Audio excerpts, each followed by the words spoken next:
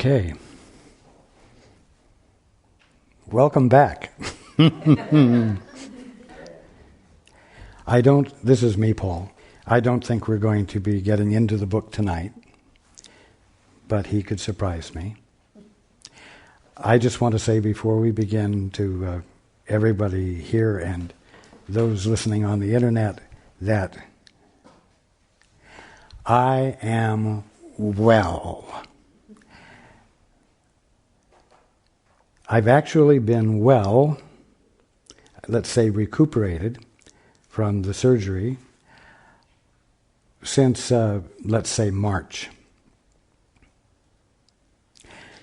But I've had an interesting experience, which I'm not going to go into at any length right now. I've had an interesting experience of coming out of it with a new sense of myself that I can't yet explain. Things that were important to me are not important to me. Things that weren't so important to me are important to me now. So as to be a little bit helpful, I'll explain by saying that, for one thing, I found myself not really charmed by or interested in wonderful social chit-chat. My habit in the past has been to be a socially friendly person. And I can see now that I've had styles of behavior when I'm socializing, which now it's very clear to me were false. They were there to make an impression. They didn't express me genuinely.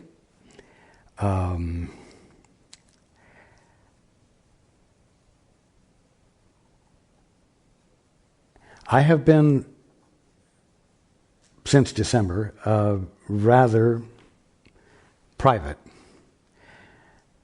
One of the reasons being that if I were to get involved with people, I would end up saying what I really felt. And my guidance hasn't said that doing that was appropriate yet. And I believe that it's because I would be doing it from a place of emotion rather than from a place of quiet, peaceful, grounded perspective.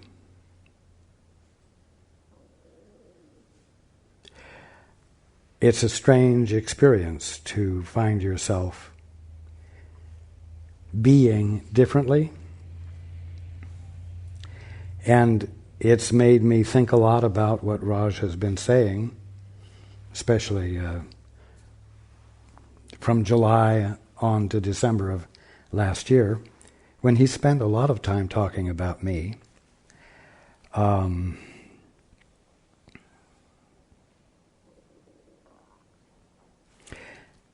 Because the topic was healing, a great deal of it was about healing.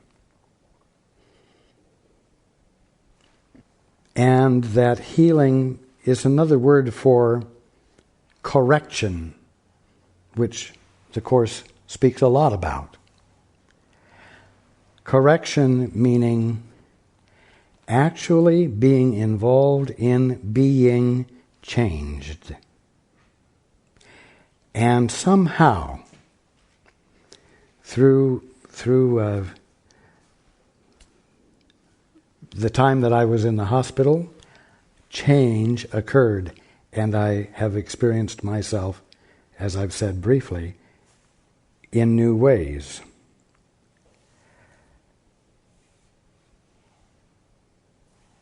It's not uncomfortable. I do not find it uncomfortable, but I don't know how to play my old games well from this new experience of who I am. And so I found myself at a loss, feeling incompetent. I can't get control of the situation quickly because the me that I am now doesn't want the kind of control I used to want. And I only know how to get the control I used to want.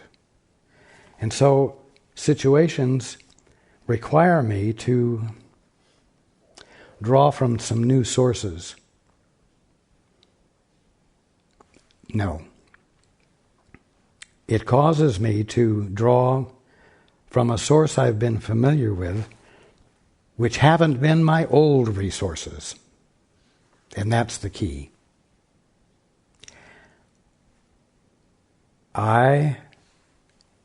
In the way I find myself experiencing being now, really have to ask Raj, what is appropriate? What does this mean? How do I respond?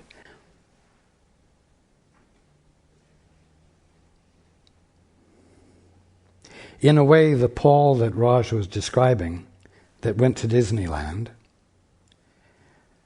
disappeared.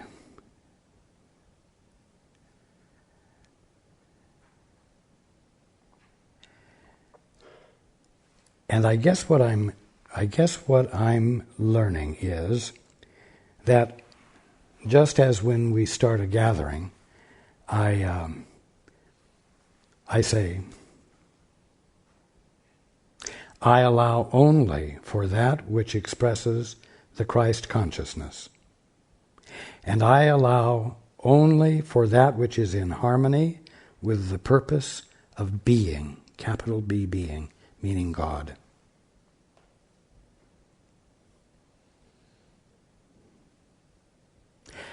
And I continue, in other words, thy will, not mine, be done. Let the reign of divine truth, life and love, be established in me and rule out of me all self-will. Those are strong words. Sort of like the word extinction is a strong word. And rule out of me all self-will. Wow. Nevertheless, at the beginning of each gathering, I always said that. And then finished. And may thy word enrich the affections of all mankind and govern them. See, I've invited his word to enrich my affections and govern me, and it ends by wishing the same thing for everyone else. Now, I've done that at the beginning of each gathering. Since December, it's like I'm being required to start every day with that, whether anybody's around to hear me talk or not.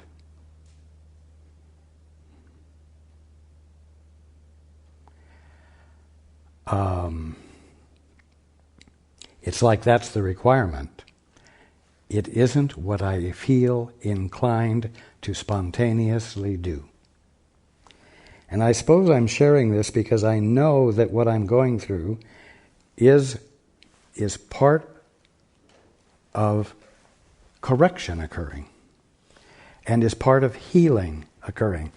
Not healing of what I went into the hospital for, but healing of the use of my mind, healing of the use I'm putting my mind to, so that my mind is changed. And as a result of that, my experience of everything is changed. Why is my experience of everything changed? Because I can't respond to it out of my old habits. And so I have to be present without any confidence as to what is appropriate. I have to be present in the experience with an inquiring mind that says, what is appropriate now? I have to stand there.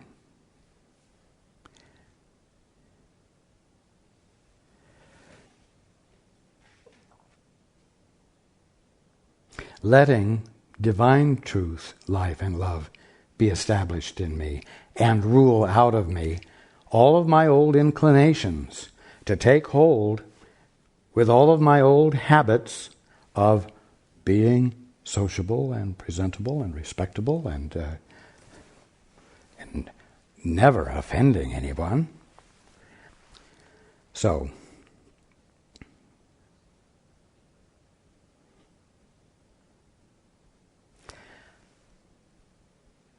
it's one thing once a week or at gatherings to sit down and make commitment to thy will, not mine, be done.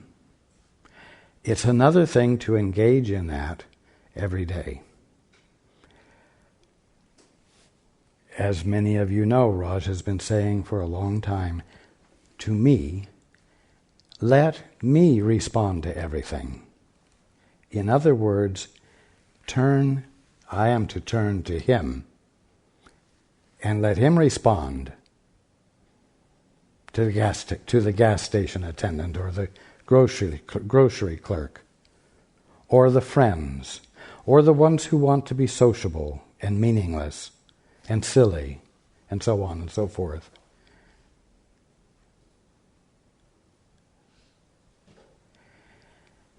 And you know what?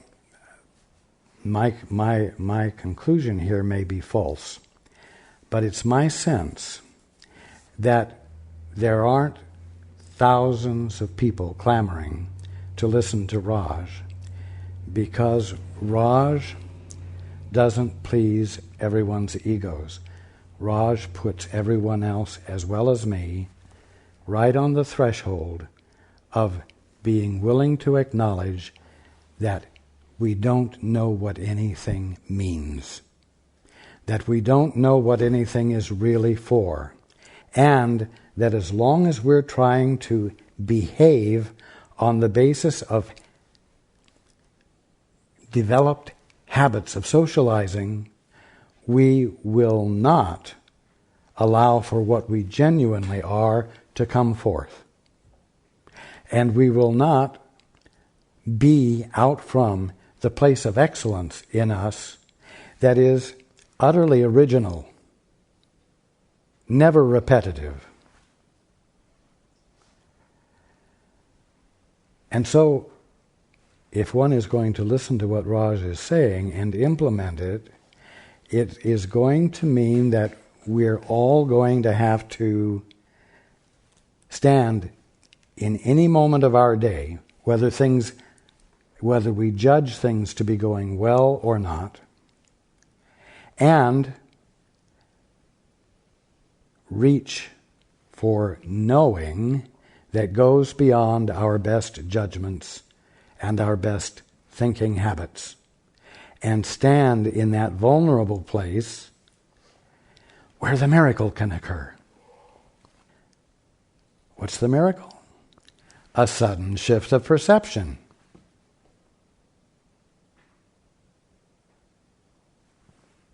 A change in our mind. A change in the way we are looking. A change in the way we're willing to perceive.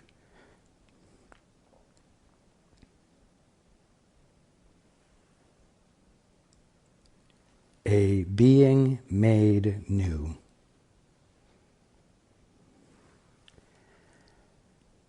So, again, since last December, although I've had wonderful physical healing, I have had a not-so-fun time of adjusting to not being in charge from my head and of having to dare to step out into the unknown many times during the day rather than once a week when Raj is going to talk. So,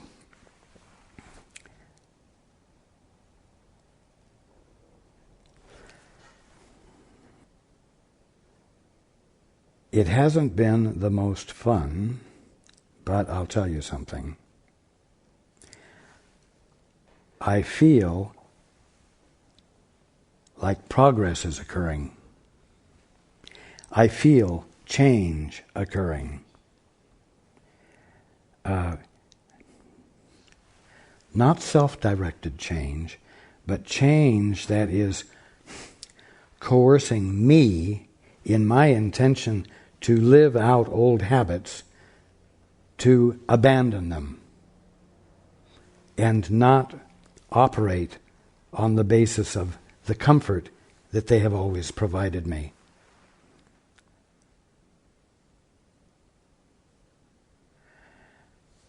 And so for whatever it's worth, I can today, which I couldn't do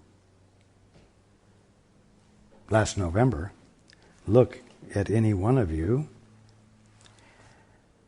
and say,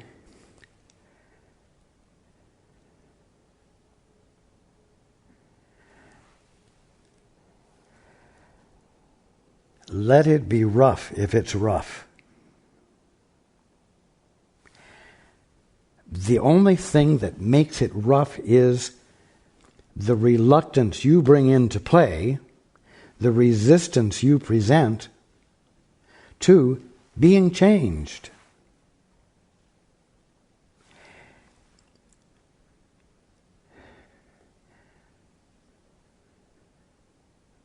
It's worth it.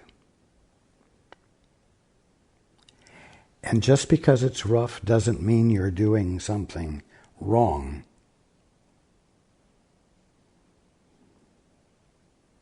It means something truly right is happening, and your ego doesn't like it at all. And that's all it means.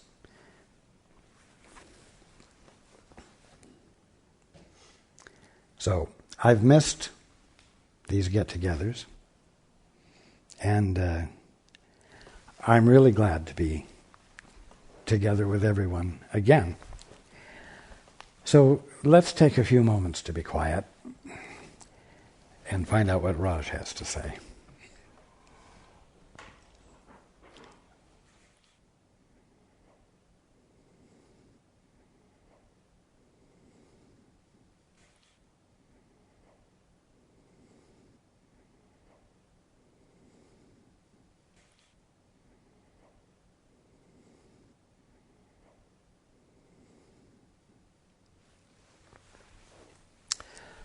Okay. Good evening.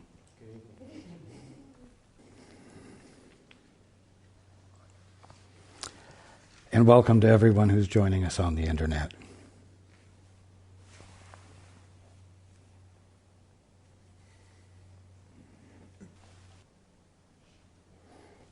Well, what a wonderful bunch of bullshit Paul just delivered to you.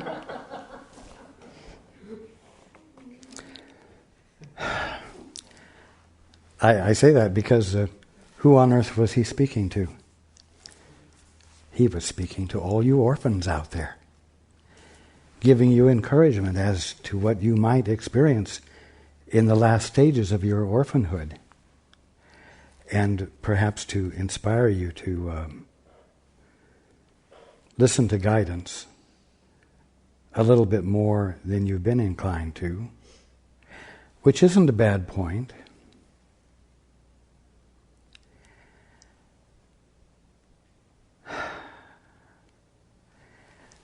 But he demonstrated what all of you easily get caught in. You get caught in a sense of self that is progressing, getting better and better. And you poor ones who are getting better and better just got a wonderful pep talk, apparently from someone who's getting better and better, right? And as long as you don't catch that when it happens, you're stuck in the state of being an orphan. There's no way for there to be progress. Paul Paul slipped right back into his old sociable habit of being friendly and being nice and saying intelligent things that were couched in language that was, we'll say, inspiring.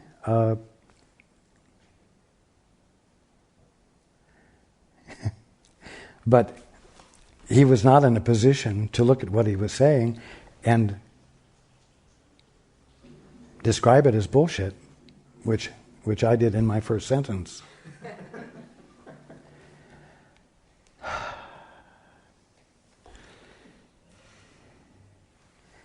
The one who gave the opening remarks is the one that's getting left behind. The sense of self that this one has identified as Paul in the past. And who you presently think you are is what you're going to leave behind. As you abandon your apparent capacity to speak intelligently and, insightfully and encouragingly and inspiringly. You see, waking up is a matter of abandoning that sense of self, that improving sense of self. The one who's refined his soul through centuries and lifetimes. You aren't that, and you haven't been that. And you can't get out of being that because you never have been that. And so you literally, and Paul was right about this, you literally have to be willing to abandon that. At the beginning of your day, and as many times during the day as you realize that you have slipped back. But again, this won't be because the poor little orphan that you are is becoming better and better.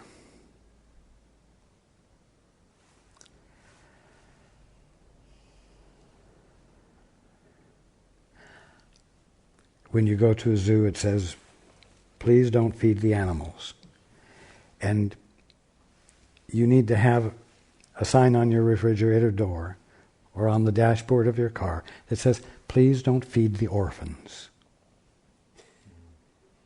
Don't nurture the orphans. Just to remind you that you're not there to spontaneously be out from your best thinking, your best habits, your best presentations. You're there to treat each moment as though it is far more than anything you are imagining. You're to treat every moment as though it is divine, sourced from God fully in that moment, and therefore a divinely awesome event, which it is your birthright to be experiencing awesomely. The reason for having this outlook is so that you will constantly look beyond your best current judgments and interpretations of everything. Because if you're not willing to look beyond, if you're not willing to be incompetent to understand what's happening in its fullness, you will not be open to the fuller experience of what is going on.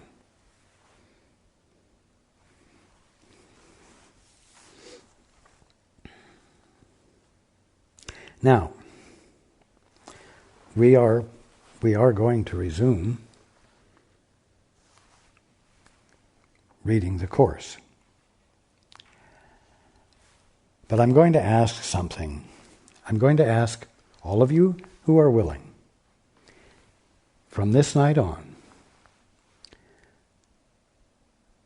to no longer think of yourselves as students of A Course in Miracles.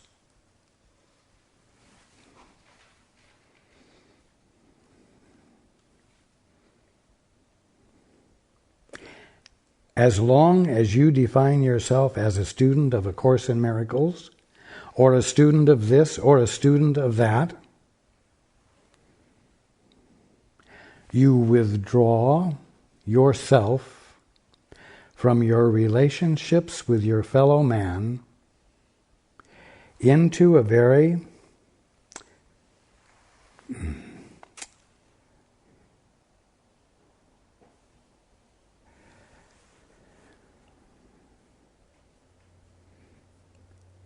narrow interpretation of everything. It is as though you provide a sieve that will only let things fall through that are of a certain size and the rest can't go through. Oh, I'm a student of A Course in Miracles. That means I am not a student of biology. I am a student of this. That means I'm not a student of that.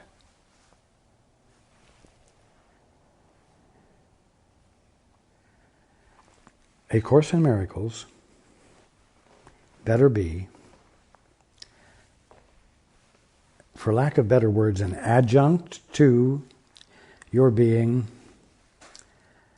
and please don't misunderstand me, a human being. I mean by that an unpretentious, not special presence who experiences certain needs, who knows what fulfillment is, and who exists in relation to other human beings, who also are unspecial.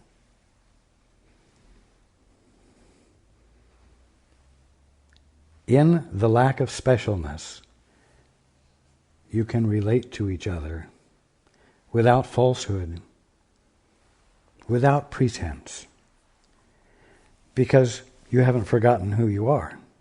The minute you say, "Oh, I'm a student of A Course in Miracles," you've forgotten who you are.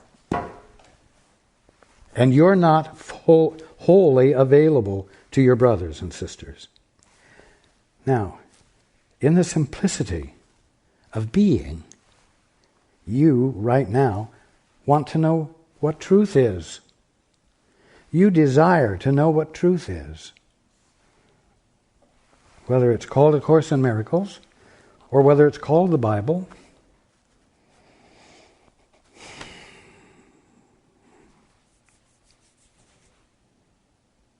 or whether it's a cartoon strip. You want to know the truth because you care about what's important. You care about what is of value. Why do you read whatever you read? So that you might learn how to more effectively be a brother to a brother to a sister to a sister, and a sister to a brother.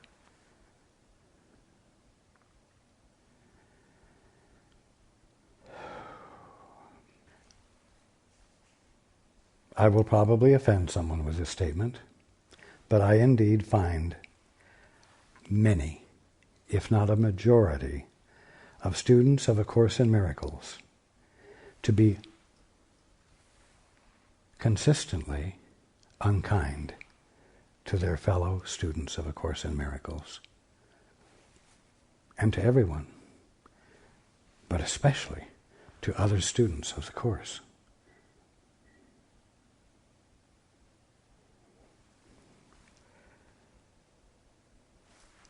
This can be equally said about chess clubs, members of chess clubs, any group that might be formed.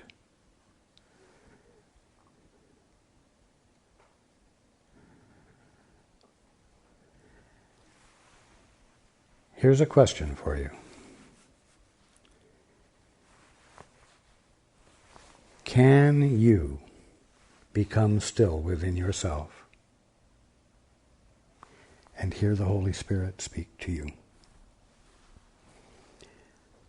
Can you become still and hear your guide speak with you?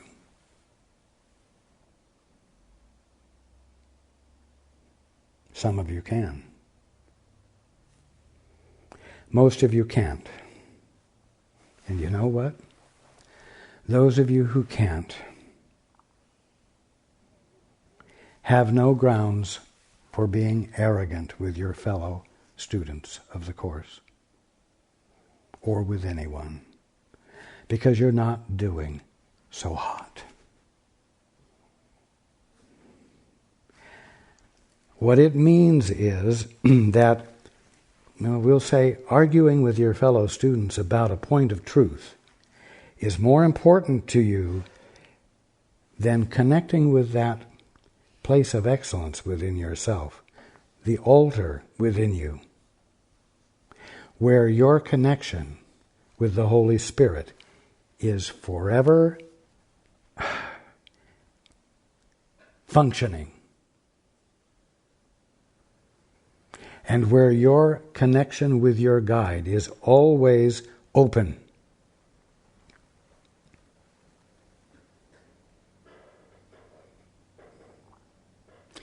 If you're going to be happy, I want you to be happy for the right reasons, not for reasons that are bullshit, meaningless. Now, many of you for the last 8 months have waited for this night. You have waited for me to return. You've waited for Paul to be able to let me speak.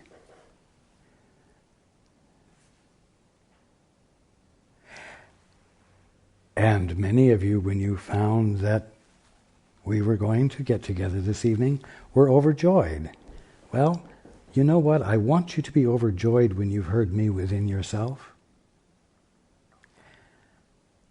I'm not demeaning your recognition of the value of what transpires in these circumstances. But don't be happy for the wrong reasons. Be happy that I'm here tonight expressing these ideas that put you in the position of having to go within to this so-called altar that you may never have experienced before. Somebody just told you there was an altar in the center of your being, placed there by God. Well, isn't that wonderful? That could be bullshit too. And you'll never know until you go within with commitment and with resolve and with a genuine spirit, because you really need to know the truth about something and you don't know it on your own. It's in that place of vulnerability and incapacity that your desire becomes full enough to get a response, if I may put it that way. Because you're not messing around, you're not bullshitting God. You're being real within yourself. When Paul sat down tonight, after 8 months of not sitting down on any night, he was nervous, but he had to put himself in that position, as he does every time he lets me speak, of not knowing, of being incompetent.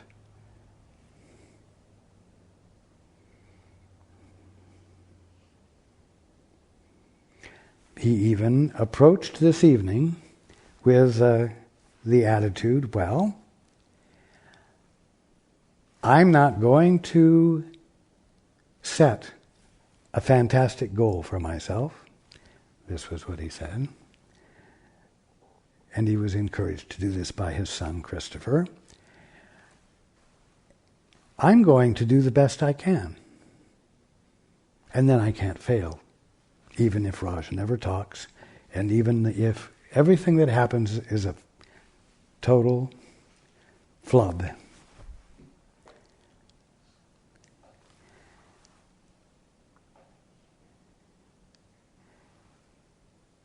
Let's get this straight. The orphan will not be able to confidently sit down and connect with his guide.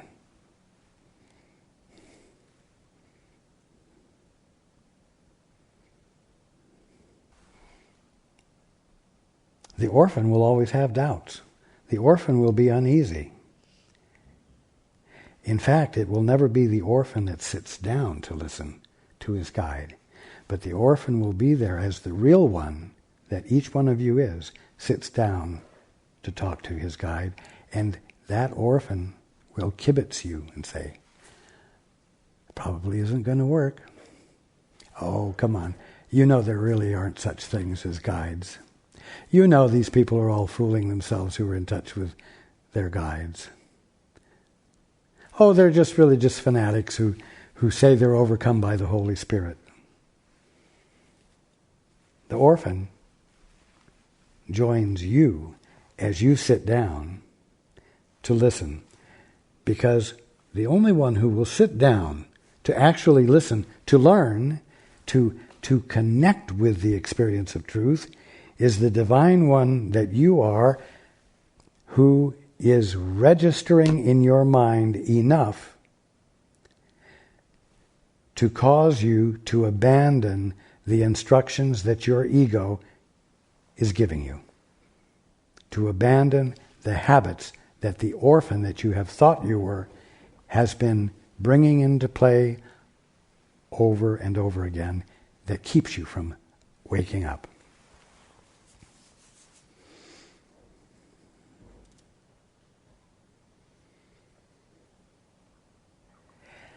Now, when you sit down and desire to know the truth, when you sit down and are willing to abandon your best judgments and your social habits of behavior and the costume you have been wearing,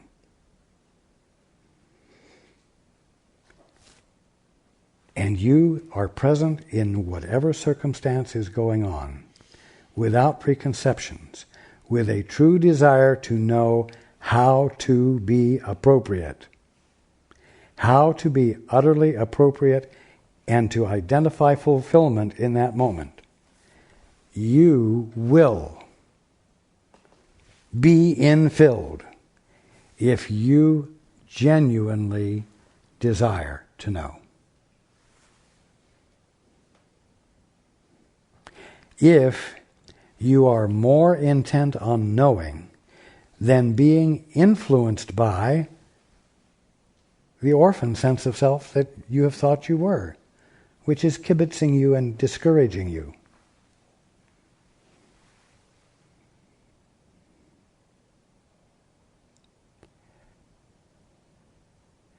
What you bring yourself fully to will open up to you fully. What you bring yourself to in part, in a carefree abandon, in a silly irrelevance, you will get nothing from. Nothing will open up to you.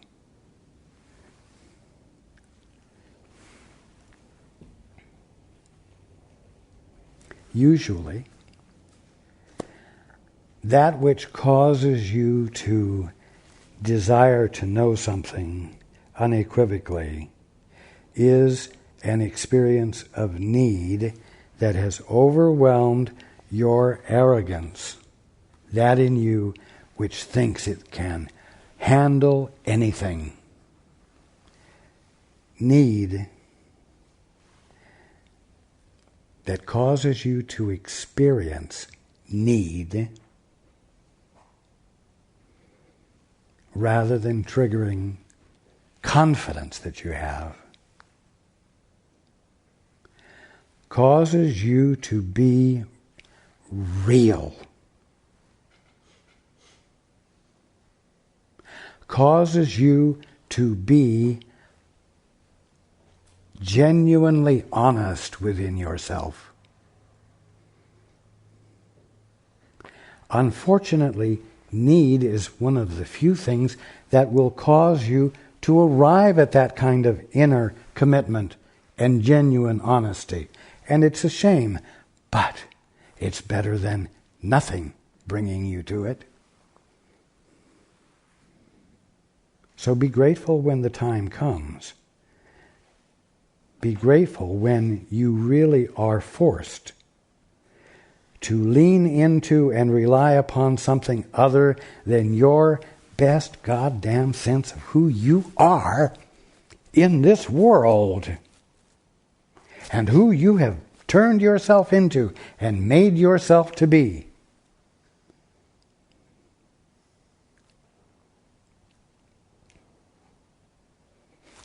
Well, so you want me to give up everything meaningful?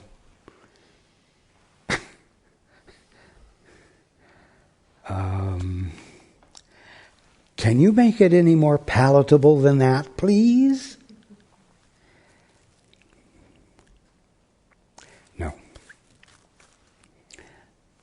You can make it easier for yourself by daring to risk the chance that there's a God,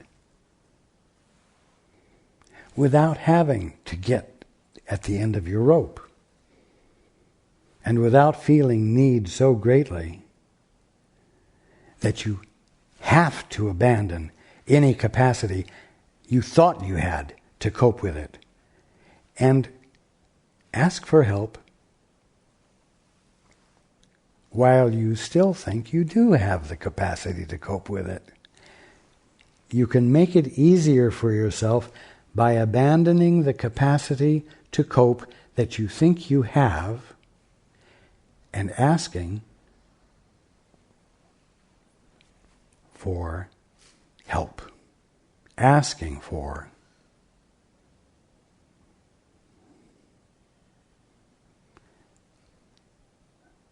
a miracle, asking for the Holy Spirit or your guide or me or the Father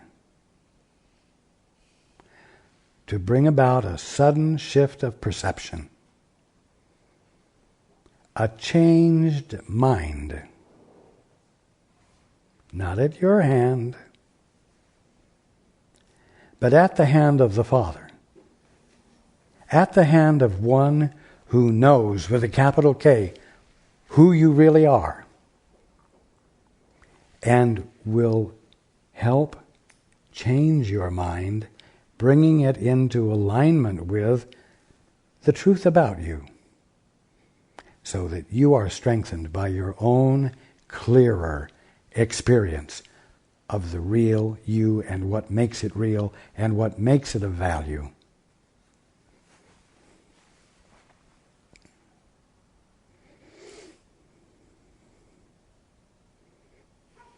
You know what? The Course in Miracles is not so great.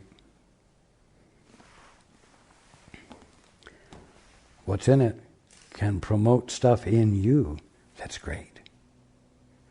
It can promote in you a capacity to be willing to be with your brother or sister without arrogance,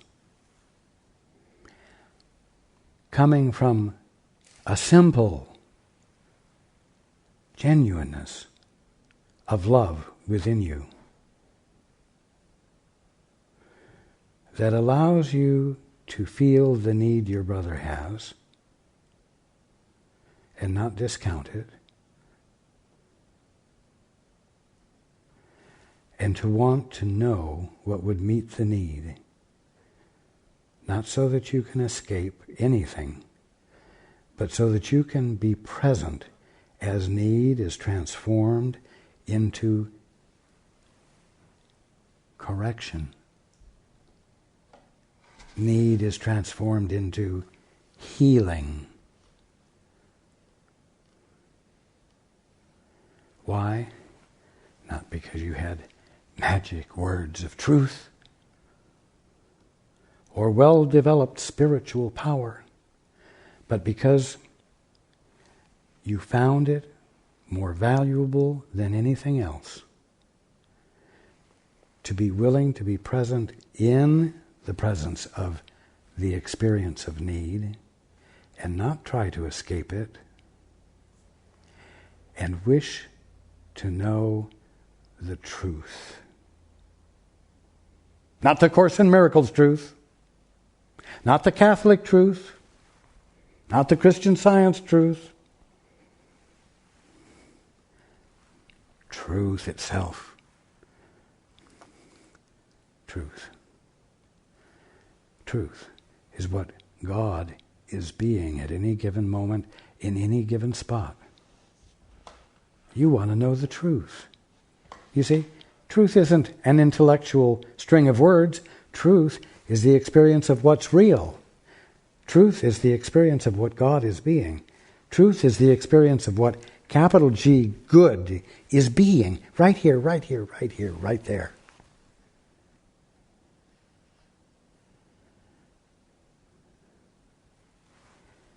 Your brother's need isn't going to be met by a string of words, but by an experience of what is true, an experience of what God is being right there in their experience.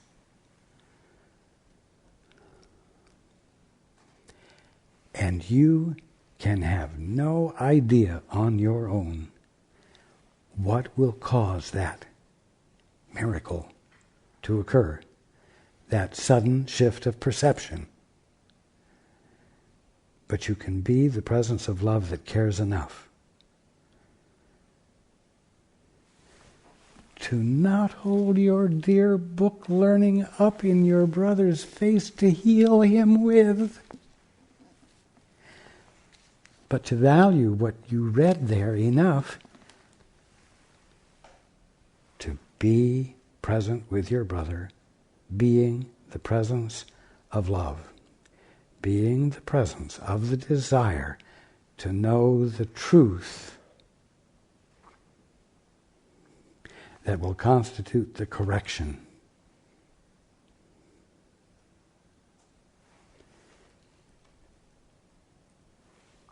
By being willing to be a brother or a sister in all the fullness of the meaning of those words.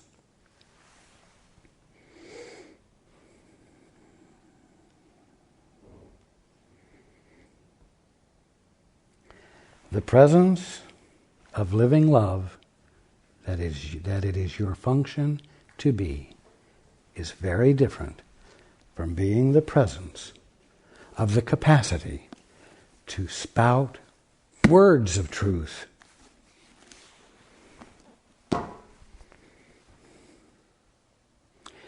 Which are only spouted because it's saving you from having to get into that simple place of genuineness, where you genuinely feel need in the absence of personal capacity to meet the need and reach out for help. Because you care either enough about yourself or enough about your brother or sister to want to know what will cause change to occur.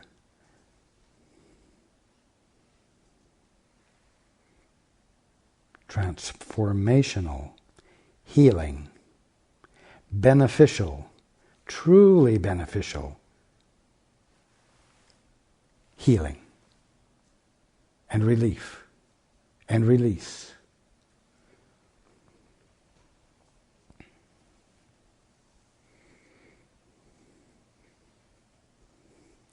If you're spending more time reading a book than you are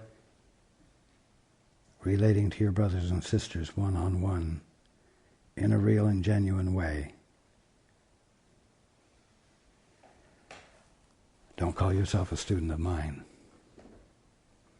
because that's not what I teach, and that's what I'm not here, and that's what I'm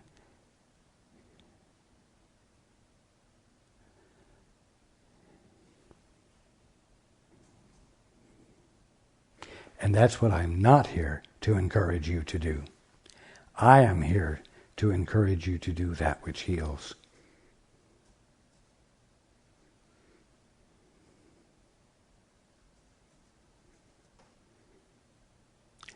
Every single one of you who's hearing my voice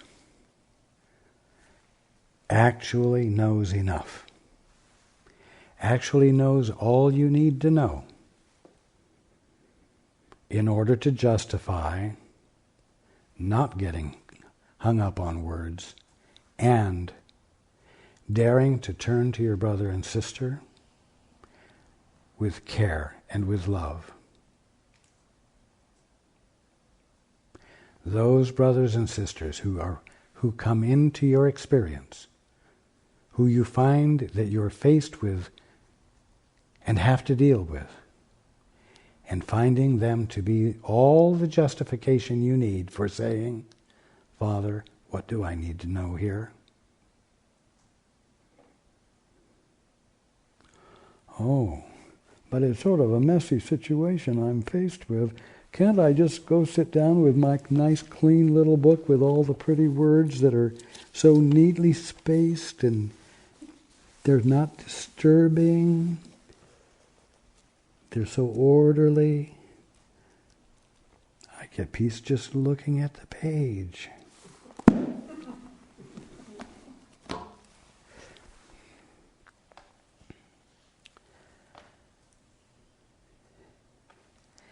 You'll only be faced with a messy situation until you stop thinking that you ought to be able to be somewhere else, doing something else, not faced with this, not being called upon to get into that situation where you don't know what to do and where you have to acknowledge that you don't know what to do, and then you have to say,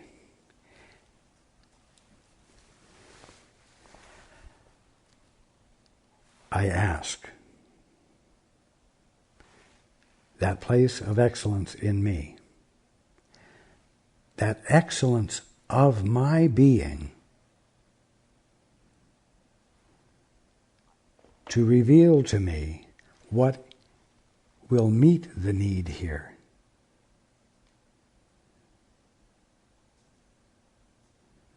And stick with it genuinely. And I'm going to ask you to look up the word importunately. I-M-P-O-R-T-U-N-A-T-E-L-Y. Importunately. With resolve and steadfastness until you get the answer. Because once the commitment and the genuineness is there and you really mean your desire, as I said, everything becomes present that is necessary for the situation to bring forth and reveal to you the wholeness that is the answer to the need.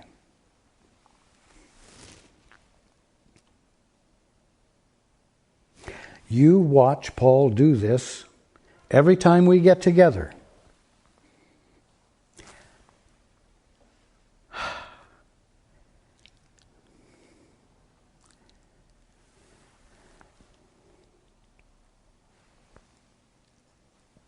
I wish I had a bell to ring. A bell that would say to you, it's a wake-up call here. You need to do this. You need to do what Paul is doing. You need to put yourself in that void, in that place of not knowing. and reach into it with commitment and resolve, so that your hand is filled, so that your being is filled with miracles, with sudden shifts of perception, which will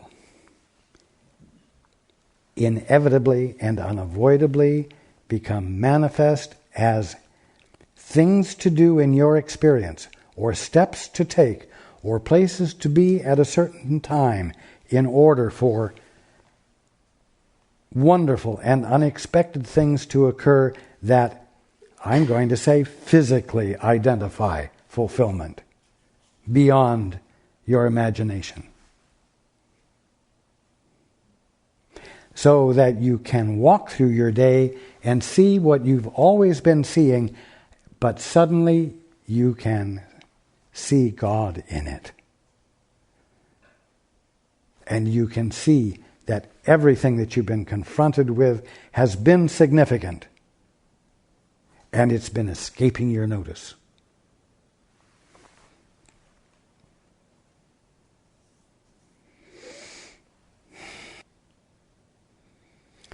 So, I'm just encouraging all of you to come down off your pedestals and be real with each other and with yourselves, and do this awful thing.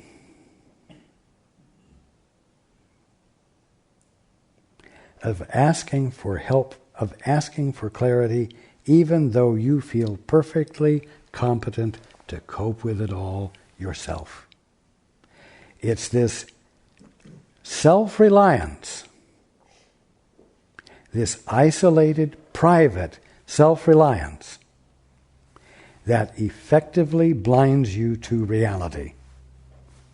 And I can't put it any more simply than that.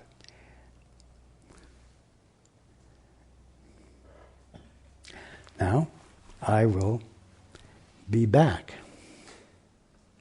And I will tell you this again, and again, and again, and again.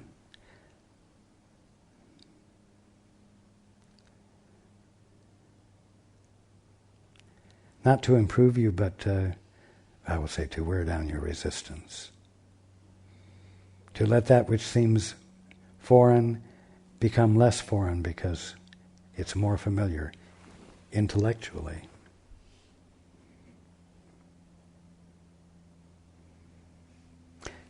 It's all right for you to be clearer and clearer intellectually when the clarity is in closer alignment with truth.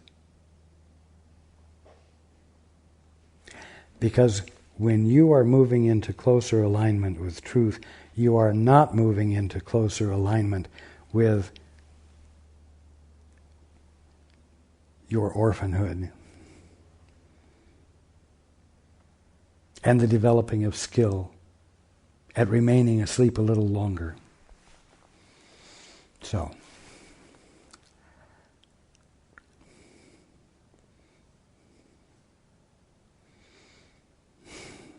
I love you all.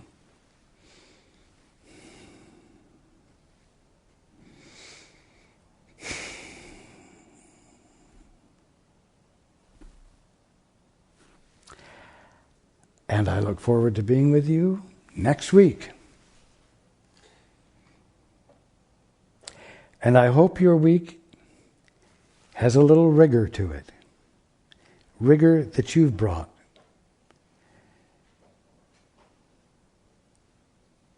A strength that you've brought in terms of determination.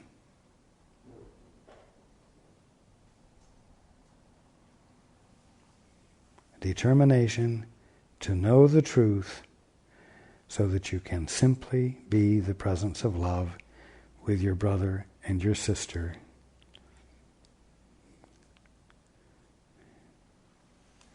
Without any particular set of words. Without a teaching. How many of you have had a hug from someone who really knows how to give a hug? You didn't need a teaching to feel it. Concepts weren't employed. I'm talking about that kind of connection.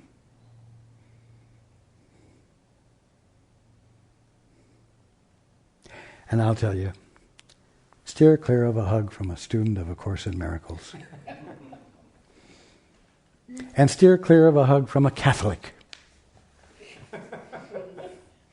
And steer clear of a hug from an astrophysicist. From somebody who thinks they're somebody. You see what I mean?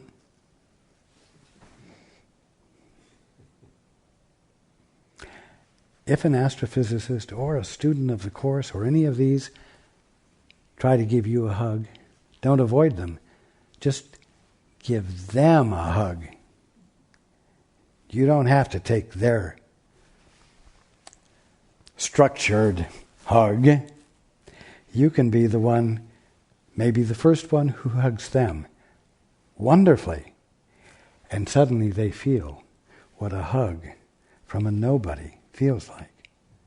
A hug from somebody who's not a somebody feels like. And they're touched. And it makes them look at their life a little differently. Okay, you have the picture.